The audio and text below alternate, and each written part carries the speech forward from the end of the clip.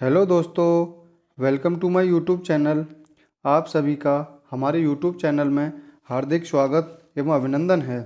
I hope आप सब अच्छे होंगे। तो आज है 27 मार्च 2023 से जितने भी करंट अफेयर के महत्वपूर्ण क्वेश्चन बन सकते हैं या परीक्षा की दृष्टि से जितने भी महत्वपूर्ण क्वेश्चन बन सकते हैं वो हम इस वीडियो में डिस्कस करेंगे। तो आप सभी को गुड मॉर्निंग, राधे राधे, राम राम। तो आज का जो हमारा मोटिवेशन कोड है, आज का हमारा मोटिवेशन कोड है, समझदार इंसान वो नहीं जो ईंट का जवाब पत्थर से दे। समझदार इंसान वो नहीं जो ईंट का जवाब पत्थर से दे। समझदार इंसान वह है जो उस फेंकी हुई ईंट से अपना आशियाना बना ले। यानी समझदार इंसान वह है जो उस फेंकी हुई ईंट से अपना आशियाना बना ले। तो चलते हैं अपने टॉपिक पर। 27 मार्च 2023 से जितने भी करंट अफेयर के महत्वपूर्ण क्वेश्चन बन सकते हैं वो हम इस वीडियो में डिस्कस करेंगे, यानी आज के लेक्चर में डिस्कस करने वाले हैं। हाल ही में विश्व क्षय रोग दिवस कब मनाया गया है? यानी जो विश्व टीबी दिवस है वो 24 मार्च को मनाया गया है। यानी 24 मार्च को विश्व टीबी दिवस मनाया गया है। और जो टीबी दिवस की स्थापना हुई थी 1982 में इसकी स्थापना हुई थी। यानी जो पहली बार स्टार्ट किया गया था 1982 में स्टार्ट किया गया था। जो 2023 में इसकी थीम है वो है हमारा यस, यानी yes we can end TB, यानी yes we can end TB.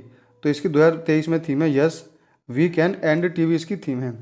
तो अभी जो हाल ही में जितने भी महत्वपूर्ण दिवस मनाए गए हैं उनको डिस्कस करते हैं। 23 मार्च विश्व मौसम विज्ञान दिवस मनाया जाता है 23 मार्च को। 22 मार्च को विश्व जल दिवस मनाया जाता है। 21 मार्च को अंतर्राष्ट्रीय वन दिवस और 21 मार्च को ही नस्लीय भेदभाव के उन्मूलन के लिए अंतर्राष्ट्रीय दिवस मनाया जाता है। 20 मार्च को अंतर्राष्ट्रीय प्रसन्नता दिवस और विश्व गौरैया दिवस मनाया गया है। यानी विश्व गौरैया दिवस 20 मार्च को मनाया जाता है। और 2023 में इसकी थीम क्या है? आई लव स्पैरो, इसकी थीम है। 18 मार्च वैश्विक रिसाइकलिंग दिवस मनाया गया है। 17 मार्च को वर्ल्ड स्लीप डे मनाया गया है। 16 मार्च को राष्ट्रीय टीकाकरण दिवस मनाया जाता है। और 15 मार्च को विश्व उपभोक्ता अधिकार दिवस मनाया जाता है। यानी 15 मार्च को विश्व उपभोक्ता अधिकार दिवस मनाया जाता है। हाल ही में किस राज्य सरकार ने पेयजल स्वच्छता में सुधार के लिए फ्रांसीसी एजेंसी के साथ MOU पर हस्ताक्षर किए हैं? तो ये हिमाचल प्रदेश सरकार ने फ्रांसीसी एजेंसी के साथ MOU पर हस्ताक्षर किए हैं। हिमाचल प्रदेश ने 25 जनवरी को अपना 53वां स्थापना दिवस मनाया है। हिमाचल प्रदेश के मुख्यमंत्री ने सुखाशय सहायता कोष लॉन्च किया है। न्यायमूर्ति सवीना को हिमाचल प्रदेश के हाई कोर्ट का कार्यवाहक मुख्य न्यायाधीश नियुक्त किया है।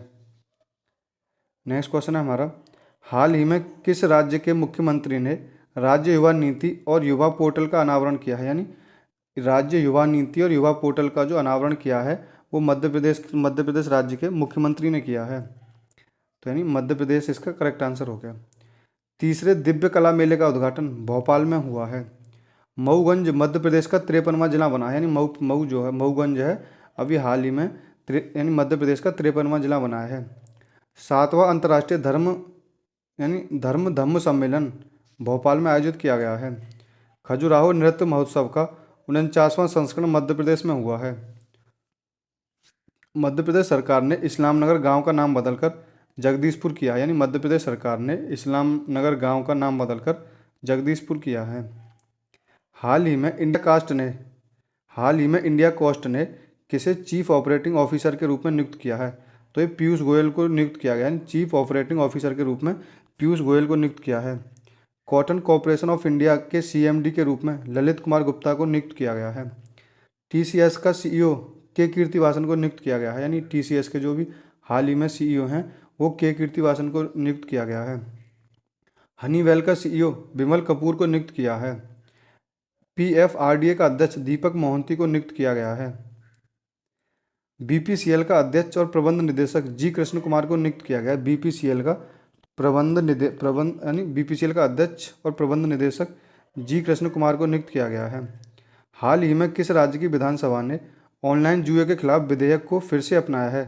तो तमिलनाडु सरकार ने की विधानसभा ने ऑनलाइन जुए के खिलाफ विधेयक को फिर से अपनाया है। अशोक लेलैंड ने तमिलनाडु में all women production line launch की है। भारत का पहला हाइब्रिड रॉकेट चेंगलपट्टू तमिलनाडु में लॉन्च किया गया है। RTI जवाबदेही में सबसे खराब प्रदर्शन करने वाला राज्य तमिलनाडु रहा है। नेक्स्ट है हमारा, तमिलनाडु में कार्तिकेय दीपम व्रत महोत्सव आयोजित किया गया है। तमिलनाडु में कार्तिकेय दीपम रथ महोत्सव आयोजित किया गया है। नेक्स्ट है हमारा, हाल ही में भारत और किस देश ने अरब सागर में संयुक्त अभ्यास कॉन्कॉर्ड आयोजित किया है। यानी भारत और किस देश ने अरब सागर में संयुक्त अभ्यास जो कॉन्कॉर्ड आयोजित किया है वो उत्तराखंड में किया है, यानी यूके में किया है।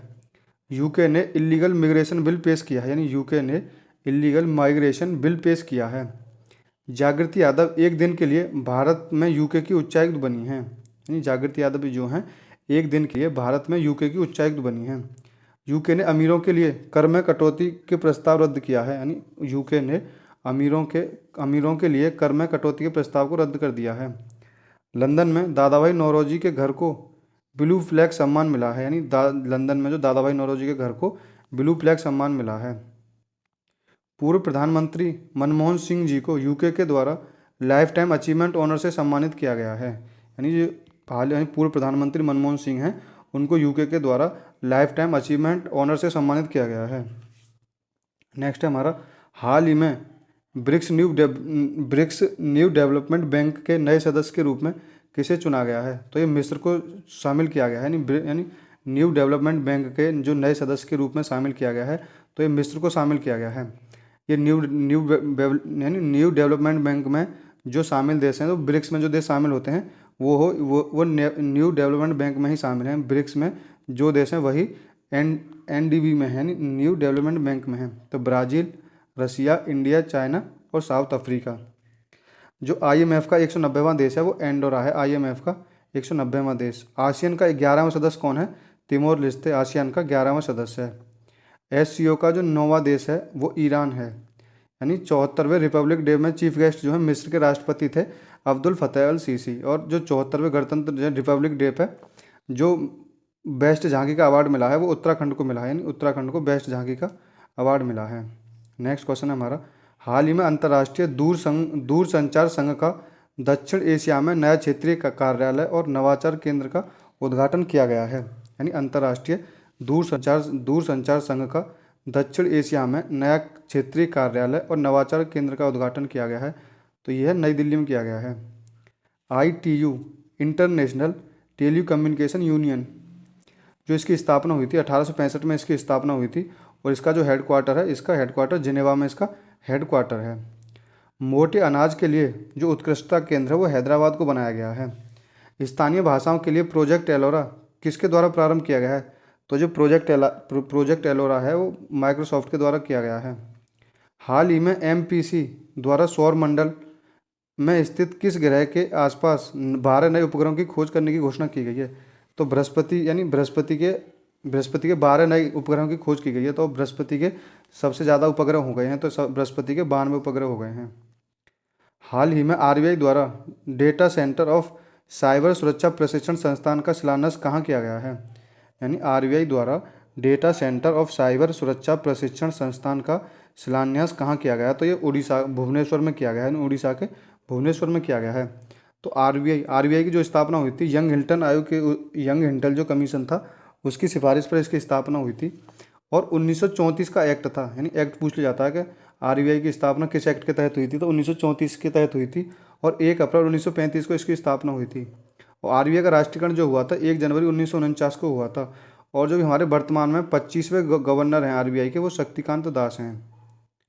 नेक्स्ट है हमारा कोणार्क का सूर्य मंदिर, यानी उड़ीसा का जो सूर्य मंदिर है, यानी कोणार्क है, जो कोणार्क का सूर्य मंदिर है वो उड़ीसा में स्थित है और गंग वंश के शासक नरसिंह देव ने बनवाया था। और इसको कोणार्क के जो सूर्य मंदिर को ब्लैक पैगोडा के नाम से भी जाना जाता है।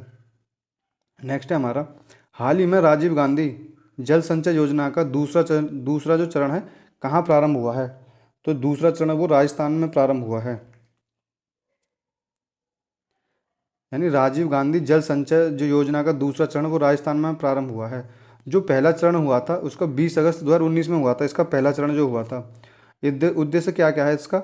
बावड़ी, कुआं और नहर आदि के संरक्षण के लिए इसका उद्देश्य है, यानी इसका जो उद्देश्य है बावड़ी, कुआं, नहर आदि के संरक्षण के लिए इसका उद्देश्य है। और भी राजस्थान में जो हाल ही में जो नए जो करंट जो लागू हुए हैं राइट टू हेल्थ पॉलिसी, यानी राजस्थान में जो अभी हाल ही में राइट टू हेल्थ पॉलिसी लागू की गई है। और राजस्थान में ही एडवोकेट संरक्षण एक्ट लागू किया गया है। और अभी राजस्थान में 19 नए जिले और 3 संभाग की मुख्यमंत्री द्वारा 19 नए ज़िले और 3 संभाग की स्थापना की गई है, जिसमें टोटल 50 ज़िले हो गए हैं और 10 संभाग हो गए हैं। और राजस्थान के गवर्नर कौन है? गुलाब चंद्र कटारिया राजस्थान के गवर्नर हैं। तो ये थे हमारे आज के लेक्चर के क्वेश्चन। यानी हमारा जो मेन उद्देश्य होता है, यानी कम समय में आपको ज़्यादा से ज़्यादा जानकारी आपको पहुंचा सकें। तो आज का हमारा लेक्चर ये था, आज का हमारा लेक्चर।